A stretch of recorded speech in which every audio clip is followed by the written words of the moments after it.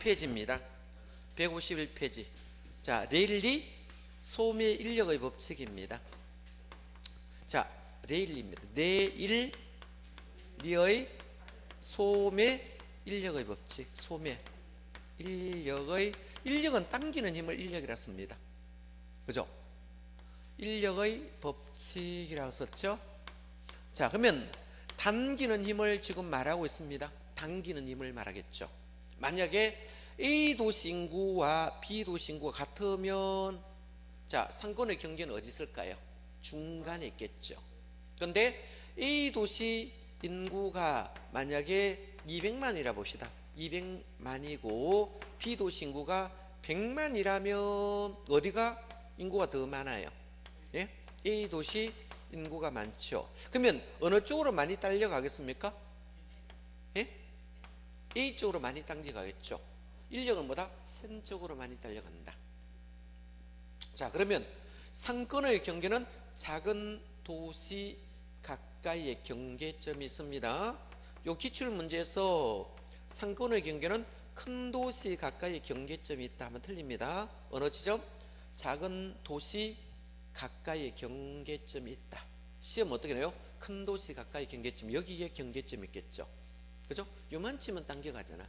그래서 큰 쪽으로 많이 딸려가고요, 작은 쪽으로 많이 딸려가는데, 크기를 봤더니 얘가 2배 정도 인구가 더 많으니까, 자, 그러면 크기 쪽이 많이 딸려. 이거 누뜨드 보시면 제곱근이라 씁니다. 누뜨가.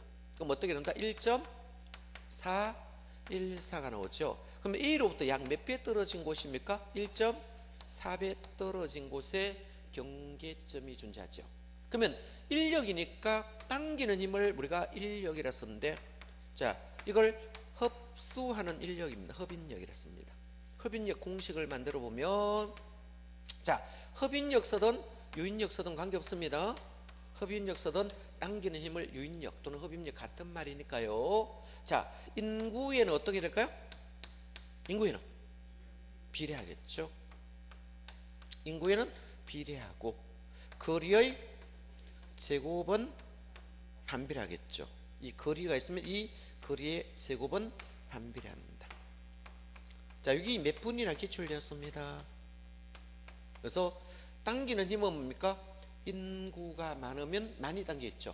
그래서 인구에는 비례하고 거리의 제곱은 반비례한다. 이걸 레일리 소매 인력의 법칙이라고 불러요. 되겠죠? 이걸 레일리 소매 인력의 법칙이라 쓴다. 되겠죠? 자, 그러면 의에 보시면, 자, 이 레일리 소매 인력의 법칙은 뉴턴의 만류 인력의 법칙을, 그죠? 모형을 운영해서 만든 것인데, 되겠죠? 두째 줄 적부터 한번 해서 두 중심지 사이에 위치하는 소비자에 대하여 상권이 미치는 영향력은 줄 것은 두 중심지 크기에 비례하고 거리의 제곱에 반비례한다 라고 적어놨죠. 그거 봐두시고, 자, 아래 공식은, 자, 유인력 쓰든 흡인력 쓰든 똑같습니다. 그죠? 제목이 인력이니까 인력 그대로 넣고, 흡인력이나 유인력 같은 말이에요. 그래서 분모는 거리의 제곱, 분자는 뭐다? 인구에 비례하고 거리의 제곱에 반비례합니다. 그래서 동그라미 1번 봅니다. 두 도시 상거래 흡입력은 두 도시 인구에 비례하고 두 도시 분기점이 경계점입니다. 거리의 제곱에 반비례 형성한다라고 썼습니다. 그래서 동그라미 따라서 고차 중심지와 저장지가 서로 마주고 있으면 상권의 경계는 작은 도시 가까이 있죠. 저차 중심지 가까이 있는 것이 결정합니다. 3번 또 이 이론 두 도시 간 별다른 장애물이 없는 것을 상정하고 있으나 실제로는 지형과 같은 자연적 장애인이 존재한다. 이거 무시하고 본다는 것입니다. 자, 보시면 되고요. 자, 큰 버스 모형은 뭐를 원용해서 만들었습니까? 레일리 소매 인력의 법칙을 원용해서 만들어서, 이거는 계산 문제가 옛날에 놓은 적이 있으니까 나중에 계산 문제 놓으면 그거 한 풀기로 하고, 계산 문제는 나중에 풀기로 하겠습니다. 자, 154페이지 공간분배 원리로 가도록 하겠습니다. 공간분배 원리 보겠습니다. 이 공간분배 원리는 피터라는 사람이 주장했는데 한번 보겠습니다. 제가 그림을 한 그려 볼게요. 이 공간을 서로 분배해 보겠습니다. 공간을 똑같이 한번 분배해 보겠습니다. 공간 분배의 원리 이렇게 되겠죠. 공간 분배의 원리 이렇게 씁니다.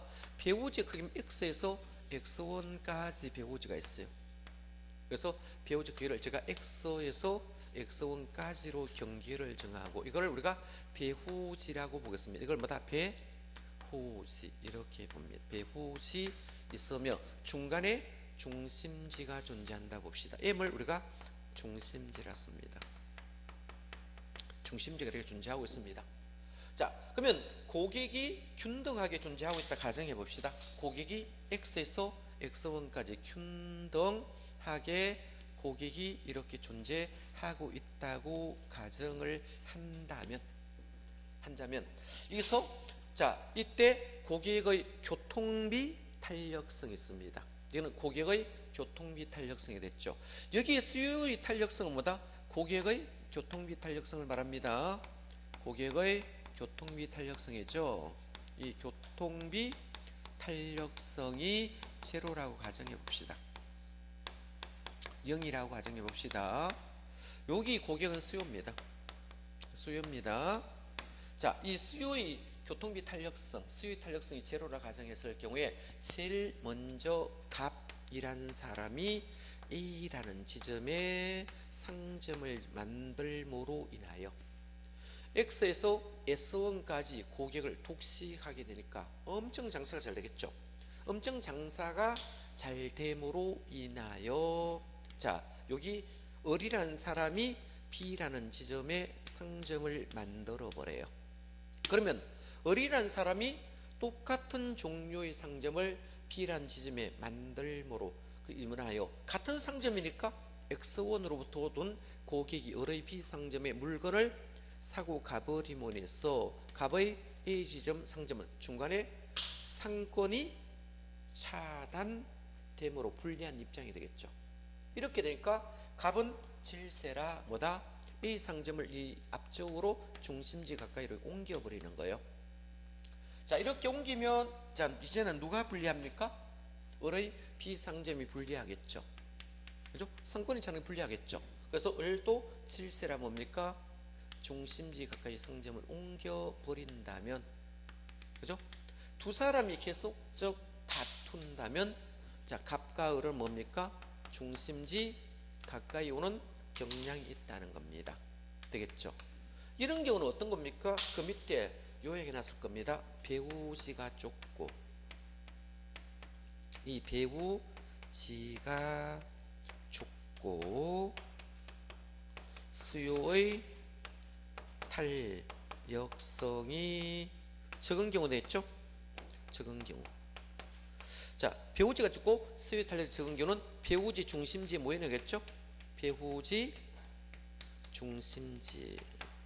중심지에 자 있는 게 낫겠죠. 그럼 배우지 중심지에 입지하는 것을 우리가 집심성 점포들이 대부분 여기 들어갑니다. 되겠죠. 근데 반대로 자, 이 수요 교통비 탄력성이 크면 어떻겠습니까? B와 C라는 집 떨어져 있는 게 낫습니까? 이렇게 떨어지는 게 낫겠죠. B와 C 이렇게 떨어져 있는 게 낫는데 이런 경우는 두 번째 요거죠. 배우지가 넓고라고 써놨죠. 배우지가 넓고 수요 탄력성이 뭐다? 큰 경우는 배우지 중심에서 뭐다? 분산 입지하는 겠죠. 분산하여 입지하는 것이 훨씬 낫겠죠. 분산하여 입지하면 뭡니까? 이건 산재성 점포가 됩니다. 어떤 정도다? 산재성 점포들이 이렇게 됩니다. 그래서 요거는 여러분 읽어보실 걸 어디 읽어보시는가 하면 결론만 좀 봐두시면 됩니다. 뭐를 받다? 결론이라고 돼 있죠. 그 결론 부분을 좀 읽어보시면 좋겠죠. 자, 읽어보시고 이 공간균배의 원리를 위해서 나온 게 뭐다? 점포의 종류가 있어요. 그래서 점포의 종류가 있죠. 점포 유형이 있죠. 자, 이 점포의 종류 또는 유형이라 씁니다. 유형이 있죠.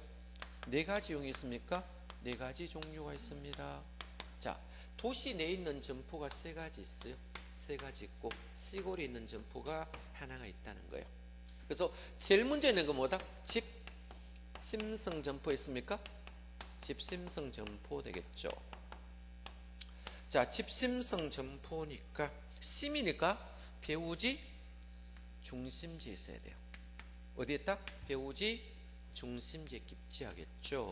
그럼 여기는 제목이 심이니까 배우지 중심지 입지한다. 중심지에 입지하는 경향이 있겠죠. 그럼 배우지 중심지 입지하는 점포들이 이제 도심에 있는 점포니까 이런 거 되겠죠. 예를 들면 백화점은 배우지 중심에 있습니까? 그렇죠. 이 백화점. 그렇죠? 자, 금방이 되겠죠. 금방. 그죠? 전문 품점. 전문 품점. 이런 거 되겠죠? 자, 되겠죠? 전문 부문 전부 다 고급이란 글자 있습니다. 고급이란 말을 써요. 대형 서점이라든지. 자, 고급 음식점가 되겠죠? 고급 음식점. 뭐 영화관 이런 거 많겠죠? 영화관도 있고. 뭐 엄청 많겠네. 영화관, 뭐 CGV 같은 거 있죠? 이런 등등은 어디 있습니까? 집심성 점포가 되고요. 자, 집재성 점포 있습니까? 집재성 점포. 자, 집재성 점포와 산재성 점포를 구분하셔야 됩니다. 자, 산재성 점포 있겠죠. 어떤 차이점인가? 요거는 집재고 요거는 산재예요. 집재성과 산재성이죠. 동일 업종이 모여 있습니까? 그죠? 집합되니까 모여 있겠죠. 그래서 동일 업종이 뭐다? 이거는 모여의 의미 있습니까? 모여 입지하겠죠. 얘는 반대니까 동일 업종이 뭐다? 분산되겠죠. 이거는 산은 분산 약자입니까? 분산하여 입지하는겠죠. 분산이니까 분산의 줄임말입니다. 분산하여 입지하는 게 동일 업종이 모여 있느냐 분산하느냐 이거를 묻습니다. 그러면 동일 업종이 모여 입지하면 뭡니까? 산재. 동일 업종이 분산하여 입지하면 자 산재 되겠죠. 동일 업종이 모여 있는 것들은 어떤 것들이 모여 있습니까? 가구점 모여 있는 게 낫습니까? 공구점도 모여 있습니까? 공구점 되겠죠. 자, 가구점, 공구점 이런 거 모여 있는 게 낫겠죠. 자, 금융기관 모여 있는 게 낫습니까? 금융기관도 모여 있는 게 낫습니다. 관공서라습니까? 관공서도 모여 있는 게 낫겠죠. 이런 것들은 등등은 뭐다? 모여 있음으로 인하여 유리한 것을 우리가 되겠죠.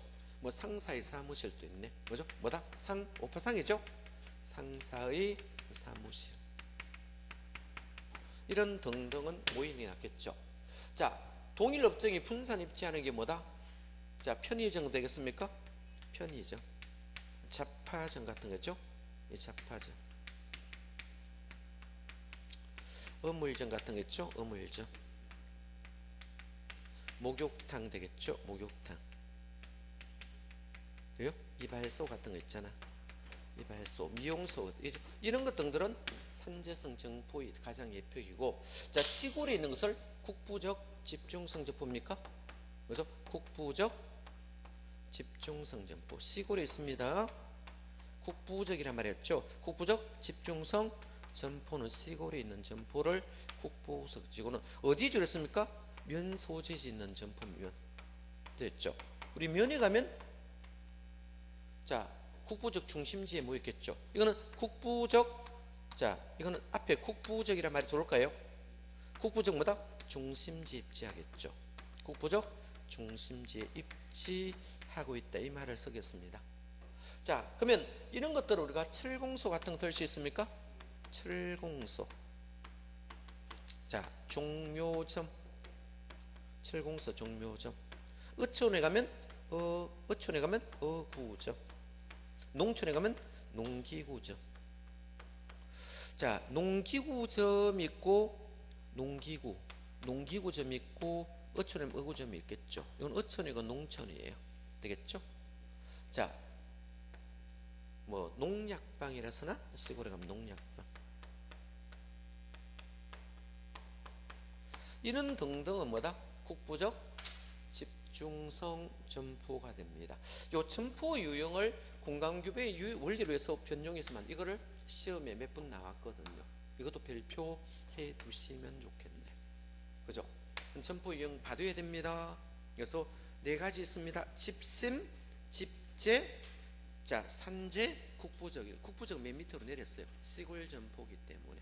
자 이렇게 네 가지 종류를 만들어 놓으면 됩니다. 보시면 되고요. 상품 종류에 따라 상점 분류. 전문품이라 했죠. 우리가 메이커 제품입니다. 이걸 우리가 브랜드 상품이라 씁니까? 자 그러면 이 전문품은 유명 상품을 갖춘 상점을 보통 말하는데, 자 거기 한번 볼까요? 수요자 침해 기호 등의 노력과 비용이 구애받지 않고 봅니다. 자 상품을 취급하는 유형의 점포. 이건 한번 기출된 지문입니다. 얘네들은 뭐다? 구매 빈도는 낮겠죠. 자 구매는 낮고 이윤율은 아주 높아요. 어디에 있습니까? 고차계층 중심적 백화점 같은 데겠죠. 그럼 여기는 고급이란 말을 다 붙여야 돼. 고급 양복, 고급 시계, 고급 카메라, 고급 오디오, 고급 자동차란 용어를 다 붙여야 되는데 고급을 빼버리는 것 같아요. 다 넣어야 됩니다. 안 넣으면 안 됩니다. 선매품은 여러 상점과 비교한다는, 쇼핑하고 사는 것을 우리가 선매품이라 씁니다. 자 이런 것들은 뭡니까? 자 서로 비교해서 구매하니까 가구점, 자 부인용 의상과 보석점 이런 것 등을 넣을 수 있습니다. 편의품은 스포라 보시면 됩니다. 일상 필수품을 판매하는 상점이라 되겠죠. 얘네들은 뭡니까? 구매 빈도는 높아야 나죠. 두부 사러 가잖아. 콩나물 사러 가겠죠. 이걸 우리가 편의품으로 쓰는 거예요. 자 거래 빈도는 굉장히 높죠. 그죠? 근데 이윤율은 떨어집니다. 뭐 팔아봤자 얼마나 있겠어요. 그거 되겠죠? 한번 봐두시면 됩니다. 읽어보시면 금방 찾을 수 있을 거고요. 쭉 넘기면 됩니다. 자 지대론이라고 있습니다. 158페이지부터. 지대는 뭡니까? 토지 사용의 대가를 지대라 써요. 지대겠죠? 자 그냥 가볍게 보시기 바랍니다. 지대. 자 땅 같으면 우리가 지대라고 쓰는데 건물 같으면 임대료라 씁니다. 그렇죠? 그러면 지대는 자 몇 년 발생할 수 있습니다. 특별한 언급이 없으면 몇 년 단위로 하니까 이걸 토지 사용의 대가가 되겠죠. 지대를 영어로는 우리가 렌터라 썼습니까? 예? 렌터 썼죠.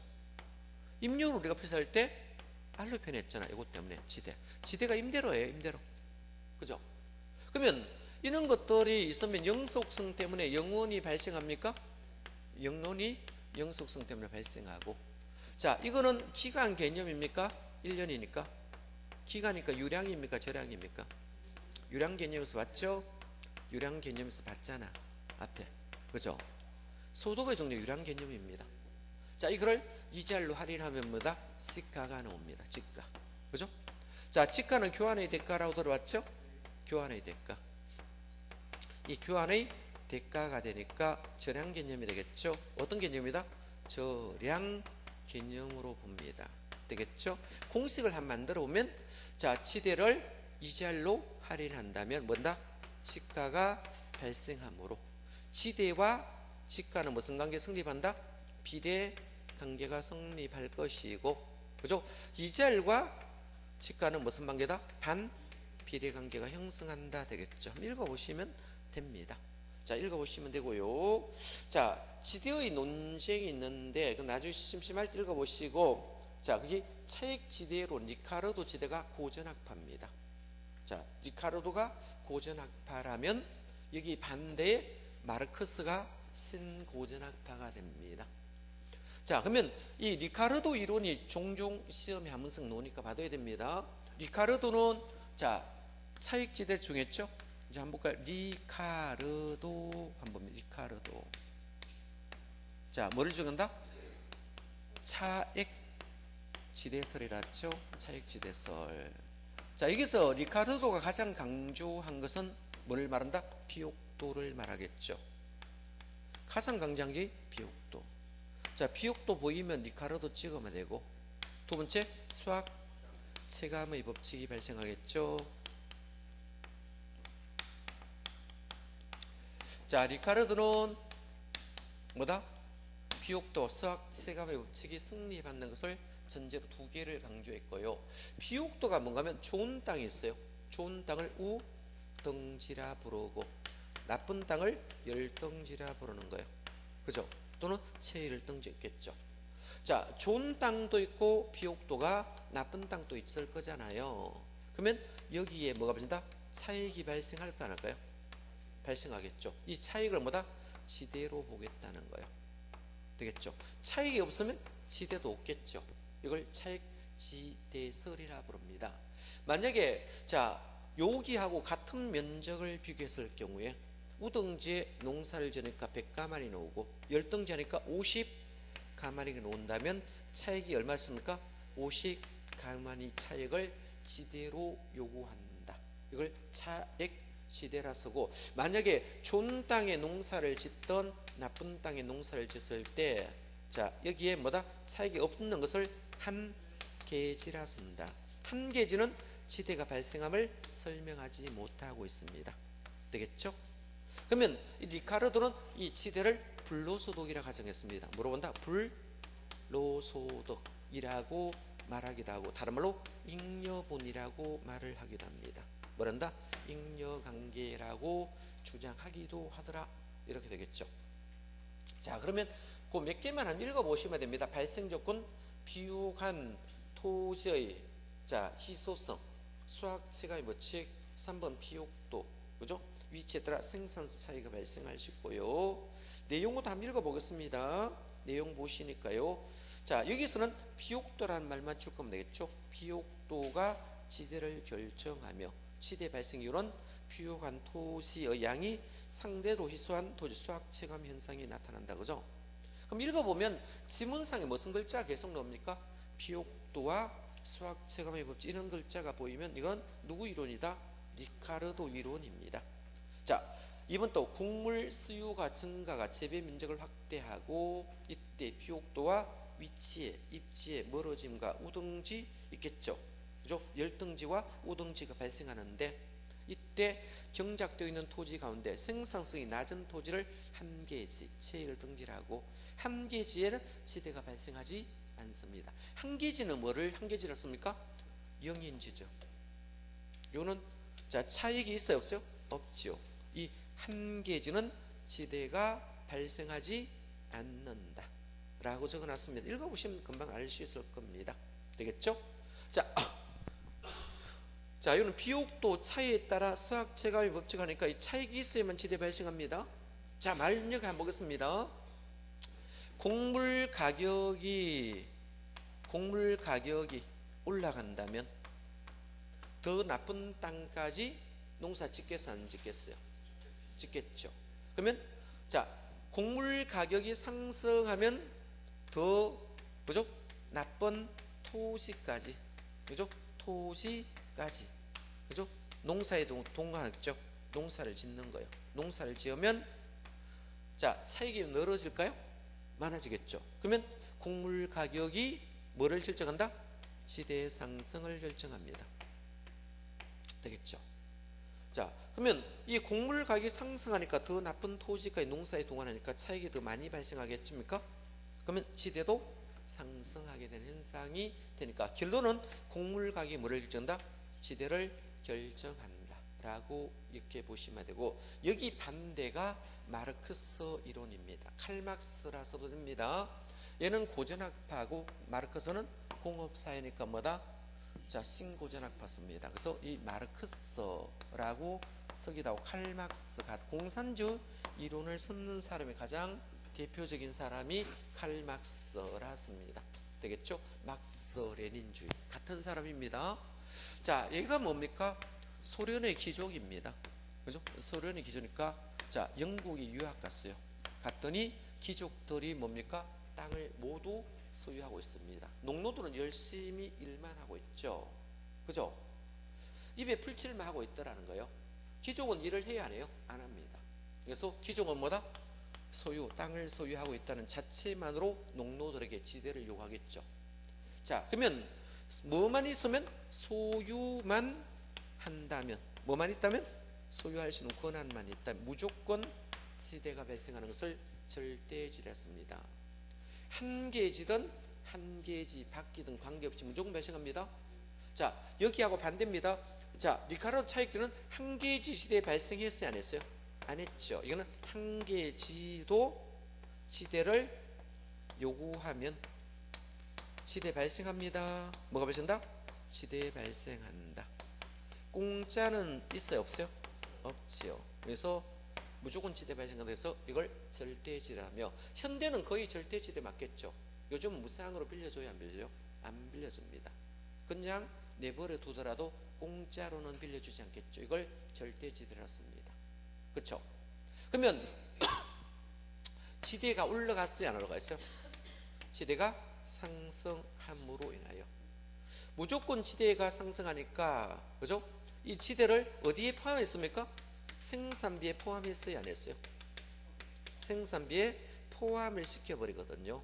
생산비에 포함을 함으로 지대가 비싸면 곡물 가격도 올라갑니다. 못 올라간다? 곡물 가격도 상승합니다. 그래서 누구와 반대입니까? 리카르도 이론 같은 반대가 되고, 한 개지조차도 지대를 요구할 수 있습니다. 그죠? 지금 지대를 잉여로 보지 않고 뭐다? 생산비에 포함시켰다라고 말하며 무조건 지대에 발생한다 해서 이걸 절대지대라고 용어를 쓰더라, 이렇게 되겠죠. 두 개의 반대됩니다. 그래서 소유만으로 지대를 요구하는 것을 절대지대라 씁니다.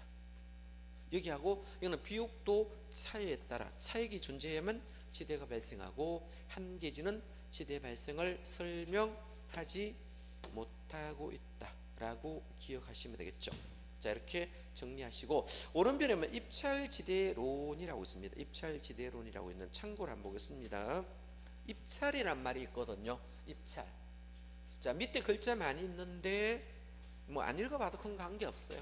입찰지대론 이란 용어만, 제목만 알면 됩니다. 입찰지대론. 우리가 입찰이란 말은 최고각을 적는 사람은 입찰됩니까? 입찰 가격 이렇게 쓰잖아, 그죠? 지대론이라고, 입찰지대론이라 쓰거든요. 자, 그럼 제가 그림을 하나를 그려서 보겠습니다. 쭉 그려볼게요. 자, 도시가 있어요. 그럼 도심이 이렇게 존재한다면, 제목이 지대니까 여기 Y축을 제가 지대라고 쓰겠습니다. 지대라고 표현하면 되겠죠. 그죠? 이쪽으로 하면 거리가 있습니까? 외곽으로 하면 거리라는 것이 붙겠죠. 그죠? 그러면 중심지 가까이로 가면 어떤 용도들이, 땅들이 있습니까? 상업 용도들이 이렇게 존재하겠죠. 자, 그러면 여기 주택이라는 용도도 있겠죠. 여기 주거라는 용도도 이렇게 있다 봅시다. 있고요. 도시 땅이니까 공업 용도도 들어올 수 있습니까? 없습니까? 공업 용도도 이렇게 들어온다는 거예요. 이걸 우리가 입지 주체라고 부르겠습니다. 이걸 뭐다? 입지 주체라 씁니다. 자, 세 가지 입지 주체가 이렇게 존재했다고 가정합시다. 그러면 자, 도심으로부터 여기까지 거리가 있죠. 여기까지 거리, T1까지 거리를 봤더니, 자, 공업과 주택과 상업의 입주 주체가 세 개가 경쟁하겠죠. 그러면 자, 입찰이란 말이 뭡니까? 최대한 지불할 수 있는 능력 있는 사람이 누굴까요? 상업이 되겠죠. 이거는 상업이 대한 입찰지대 곡선이 됩니다. 자, 그러면 여기서 입찰지대 곡선은 여기까지는 뭐다? 상가들이 존재한다는 거예요. 상가들이 최대 지불 능력이 있습니까? 없습니까? 이거는 최대 지불입니까? 최소 지불입니까? 최대입니다. 이걸 최소로 바꿔 나왔습니다. 최대 지불할 수 있는 능력이 되겠죠? 최대 지불 능력이 있는 사람이 누굴까요? 상업이 됩니다. 자, 그러면 D1에서 D2까지는 세 개의 입지 경쟁이 일어났을 때 최대한 지불 능력 있는 사람이 누굴까요? 주택이 되겠죠. 세 개가 경쟁했을 때 최대 금액이, 요 입찰은 언제까지 경쟁한다? 초과이 제로 될 때까지 경쟁하겠죠. 그럼 최대 지불 능력 있는 입주자가 주택의 입찰지대 곡선이 만들어졌겠죠. 만들어지고요. 자, D2에서 한 개지까지입니다. 어디까지?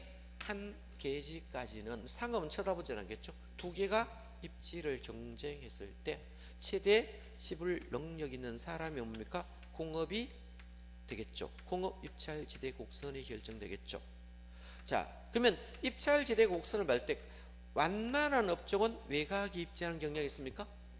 입찰지대 곡선이 완만한 업종은 외곽에 가고, 자, 극경사인 업종은 중심지 가까이 입지한다 쓰고, 도시 전체 입찰지대 곡선을 그려보겠습니다. 도시 전체 입찰지대 곡선은 어떻게 합니까? 상업 되겠죠. 주택 공업으로 되겠습니까? 이걸 도시 전체 입찰지대 곡선이 되고, 여기 원점을 도심이라 씁니다. 이 원점을 향하여, 자, 볼록합니까? 오목합니까? 볼록한 형태를 띠고 있습니까? 그래서 원점을 향하여 어떤 형태다? 볼록한 형태인데 오목한 형태로 놓으면 틀립니다. 그래서 원점 쪽으로 오목은 이렇게 돼야 되잖아. 그림이 반대로 되겠죠. 그래서 원점을 향하여 볼록한 형태를 띠고 있겠죠.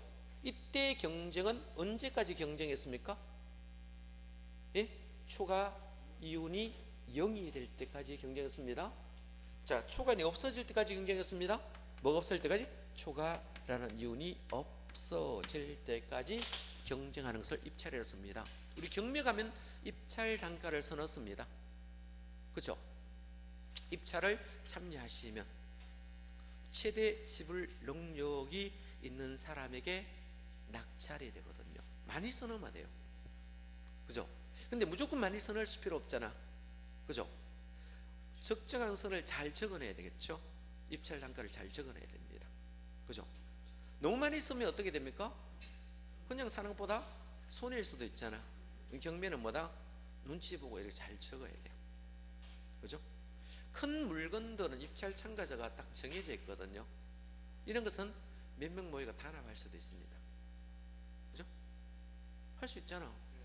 그래서 짜고 치고 들어갈 수도 있어요. 작은 것들은 아주머니 돌아가 무작위 경매를 들어오기 때문에 재미가 없어요.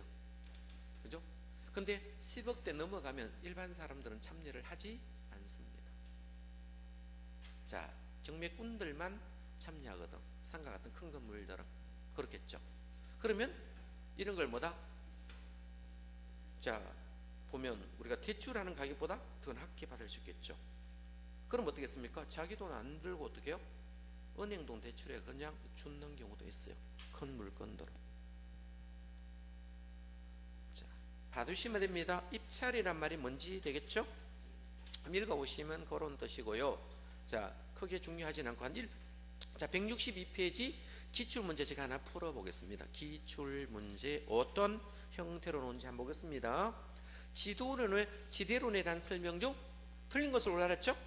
차액지대설에는 토지 비옥도 나왔네. 제가 비옥도와 수학 체감이 법칙이 있습니까? 일단 맞습니다. 자, 리카르도가 가장 강조한 것은 비옥도와 수학 체감의 법칙을 가장 강조했겠죠? 1번은 맞는 말 맞죠? 자, 2번 절대지대설에 따르면 토지 소유가 나왔습니다. 자, 제가 절대지대 포인트는 소유가 포인트입니다. 소유권이 포인트입니다. 소유함으로 무조건 지대 발생하는 것을 절대지대라 씁니다. 그럼 최열등지도 지대 요구하면 지대가 발생할 수 있어 없어요? 있습니다. 자, 최열등지도 지대를 요구할 수 없는 게 아니고 있습니다. 요구하면 지대가 무조건 발생하는 것을 절대지대라고 불러요. 2번 틀렸죠? 3번 보겠습니다. T는의 입지 이론에 따르면 비옥도 동일하도록 위치에 따라 지대의 차이가 납니까? T는이 뭐를 가정하다? 위치와 수송비를 가장 강조한 것이 포인트였죠. 4번에 입찰지대에서 가장 높은 지대를 지불할 의사가 있는 용도에 따라 토지형이 이루어지겠죠. 5번에 차액지대설에 따르면 농산물의 가격과 생산비가 일치하는 한계지는 지대가 발생하지 않습니다. 한계지는 제가 지대 발생하지 않는다 했잖아. 그죠? 차액지대설. 자, 보시고 도시지대와 생산요소의 대체성을 한번 보겠습니다. 그래서 도시지대라고 써놨죠? 자, 한번 보겠습니다. 자, 제목이 도시지대겠죠? 제목이 뭐다? 도시지대잖아. 생산요소가 뭐예요? 토지와 노동과 자보를 우리가 생산요소라 씁니다. 생산의 3요소로 봅니다. 이걸 우리가 생산 요소라 씁니다. 이걸 생산 요소라 씁니다. 이 생산 요소가 존재하면, 생산 요소가 존재한다면 토지는 부정성 때문에 만들 수 없겠죠. 자본은 대체할 수 있습니까? 없습니까? 자본이 대체되는 게 건축물이 됩니까? 예? 건물로 대체되겠죠. 그죠? 그러면 자본을 대체해서 뭐다? 건축할 수 있어 없어요? 있죠. 그러면 도심으로 가면 어떤 현상이 발생합니까? 땅값이 비쌀까요? 쌀까요? 집가가 아주 높아요. 그럼 도심으로 갈수록 땅값이 비싸므로 자본 대체성이 클까요? 적을까요? 예? 자, 자본 대체성이 엄청 크겠죠. 자본 대체성이 크다는 것은 고층 건물이라는 뜻입니까? 그죠? 그러면 도심으로 갈수록 토지 가격이 높으므로 자본 대체성이 크므로 자본이 건물의 높이를 말합니다. 자, 그러면 이 자본을 투여하여 뭐로 대체한다? 건물로 대체하면 땅 대신 건물로 대체한다 이 뜻이거든요. 자, 그러면 건물이 고층화되었어요? 안 됐어요? 건물이 고층화되었거든요. 이걸 집약적 이용이라 씁니다. 이걸 집약적 이용이라 씁니다. 자, 외곽으로 오면 어떻게 될까요? 외곽으로 오면 토지가 비쌀까요? 낮을까요? 집가가 낮겠죠. 낮으니까 자본 대체성이 클까요? 적을까요? 예? 적겠죠. 건물을 높게 짓습니까? 낮게 짓습니까? 그러면 낮게 짓게 저층화되는 거예요. 저층화되겠죠. 단층으로 많이 짓겠죠. 이걸 우리가 주방적 이용이라 씁니다. 이걸 우리가 조방적 이용이라고 이렇게 봅니다. 그럼 도심으로 가면 자본 대체가 크겠죠. 그림을 한번 그려서 보겠습니다. 이 도심으로 간다면 Y축이 뭐다? 자본이라 쓰고 X축을 토지라고 본다면, 자, 도심으로 갈수록 뭐가 크다? 자본 대체성이 크다 했습니까? 뭐를 많이 쓴다? 자본을 많이 쓰고 대체성이 크겠죠? 토지는 적게 썼겠죠. 그죠?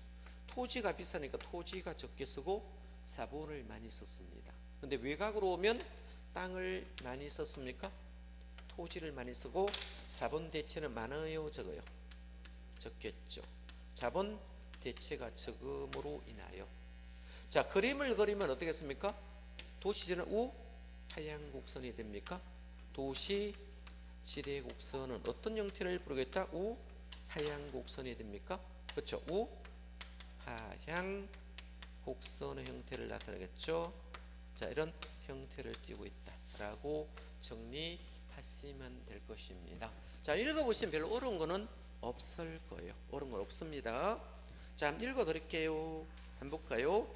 생산요소 대체성이라고 봅니다. 어떤 생산요소를 다른 생산으로 대체하기 쉬운 정도를 말하며, 약간 토지를 자본으로 대체된다면, 자본 대체 그러면 건물이 고층화된다 이 뜻입니다. 자, 하기 쉽다면 토지에 대한 자본 대체성이 높은 것을 말합니다. 자, 동그라미 2번. 생산요소 대체성은 생산요소 상대적 가격, 상대적 비율이나 기업이나 산업의 종류에 따라 틀리겠죠. 그렇잖아. 상대적 가격은 땅과 건물을 비교하는 겁니다. 같은 평수로 비교했을 때 땅 가격보다 건물을 짓는 평수가 금액이 적으면 건물을 많이 지을 것이고, 땅 가격보다 건물 짓는 비용이 더 많이 들면 건물을 적게 짓겠죠. 이런 것은 산업의 종류에 따라 달라진다. 자, 특징도 한번 읽어보겠습니다. 도심으로 갈수록 토지의 가격이 상승하므로 비싼 토지를 덜 쓰고 자본을 많이 사용합니다. 이때 자본은 건물의 높이를 말하고 있습니다. 도심으로 갈수록 토지에 대한 자본의 대체성이 높다 했죠. 그럼 자본의 대체성이 높다는 건물이 고층화됩니다. 그래서 1차 산업에서는 농업을 말합니다. 3차 산업은 상업을 말합니다. 1차에서 2차, 3차로 갈수록 자본 대체성이 크겠죠. 1차를 농업, 2차를 공업이라 부르며 3차를 상업이라 부르기 때문에 당연히 1차에서 2차, 3차 산업으로 갈수록 자본 대체성이 훨씬 더 커지더라. 이렇게 정리하면 되겠죠. 이렇게 정리하시고요. 자, 쭉 넘어가서 조금 쉬었다가 도시 공간 구조 이론을 보겠습니다.